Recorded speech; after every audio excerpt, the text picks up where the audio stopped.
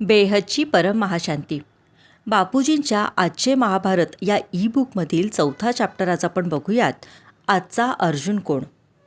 बापूजी वर्तमान काळासाठी अर्जुन या संकल्पनेचे पुनर्निर्धारण करतात. आजचा अर्जुन रथावरचा योद्धा नाही. आजचा अर्जुन म्हणजे ज्ञानाचा आत्मा. असा आत्मा जो सत्याचा शोध घेतो, सर्व शक्तिमान सत्तेचा शोध घेतो आणि स्वतःच्या अस्तित्वाचा अर्थ शोधतो. आजच्या जगात बापूजी म्हणतात, प्रत्येक आत्म्यामध्ये काही प्रमाणात दुर्योधन असतो. काहींमध्ये 1%, काहींमध्ये 99%, काहींमध्ये 100%. पण सर्वात गुंतलेल्या आत्म्यांमध्येही किमान चांगुलपणाची एक छोटीशी ठिणगी असते. प्रश्न हा आहे की तो आत्मा आतमध्ये पाहील का आणि स्वतःची अवस्था ओळखेल का?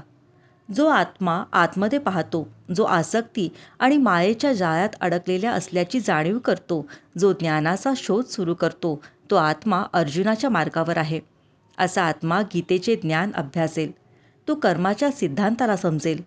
तो हळूहळू स्वतःचे जीवन परिवर्तित करेल आणि मग अत्यंत महत्त्वाचे म्हणजे तो ते ज्ञान इतरांसोबत वाटेल. आजचा अर्जुन, बापूजी म्हणतात, शांत बसत नाही. खरा अर्जुन गीतेचं ज्ञान जगाला देतो. जेव्हा लोकांना समजायला लागते की ते आत्मे आहेत, फक्त शरीर नाही, तेव्हा जगाच्या कल्याणाची इच्छा आपोआप निर्माण होते. बापूजी या नव्या अर्जुनाच्या गुणांचे वर्णन करतात. असा आत्मा बेहदचा आत्मा असतो. अमर्यादेचा आत्मा असतो.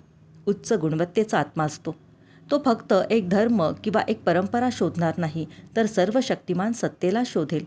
तो ओळखेल की फक्त एक पृथ्वी नाही, एक सौरमंडळ नाही, तर असंख्य ब्रह्मांड आहेत, आकाशगंगा, विश्वे आणि मल्टिवर्सेस आहेत.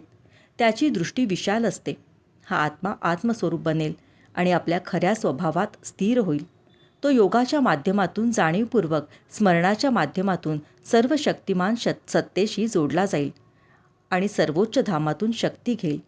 त्या शक्तीने तो स्वतःमधील सुप्त असलेल्या आध्यात्मिक ऊर्जा जागृत करेल आणि परमशांती, सर्वोच्च शांतता यांच्या कंपनांना वातावरणामध्ये प्रसारित करेल.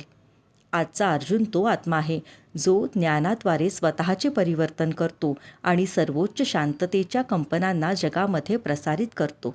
बेहदची परम महाशांती.